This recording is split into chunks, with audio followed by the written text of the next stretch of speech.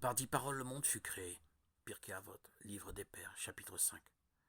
Canaux de l'énergie divine que les kabbalistes nomment Séphiroth, nous retrouvons ces 10 paroles au tout début de la Genèse. Et Dieu dit que la lumière soit, que les eaux se séparent. Tout comme la parole humaine véhicule et contient la pensée de celui qui l'a prononcée, les paroles divines, ce sont toutes les créatures qui véhiculent et contiennent la pensée du Créateur. Plus encore, sa présence.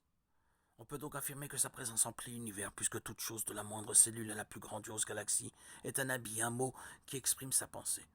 Il n'existe donc rien qui soit vide de sens ou autonome. Tout est habité, dirigé, minutieusement orchestré, contrôlé. L'Éternel est un. Et le but de l'homme sur terre consiste à déchiffrer le grand message du monde.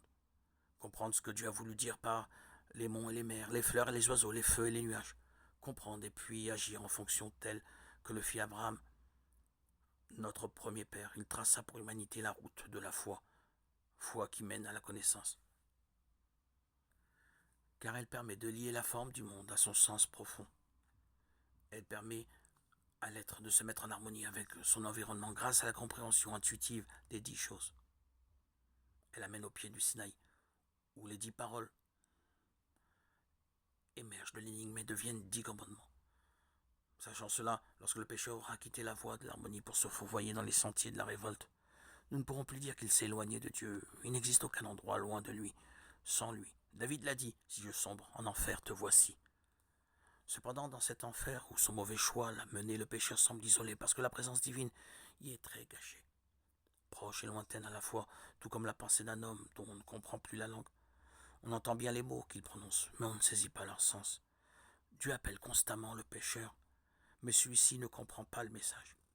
Qu'il se ressaisisse au moins, qu'il ressente son désarroi, qu'il rompe le silence et qu'il se mette à crier « Mon Dieu, je sais que tu es là, mais je suis égaré, je ne comprends plus, dévoile-toi, viens à mon aide. » Aussitôt qu'il s'est mis à chercher, à prier et à demander quelle que soit la profondeur de l'abîme dans lequel ses mauvaises actions l'ont fait sombrer, aussitôt qu'il crie « Où es-tu » le pécheur commence à ressentir dans son cœur un écho de la présence divine, une note de réconfort.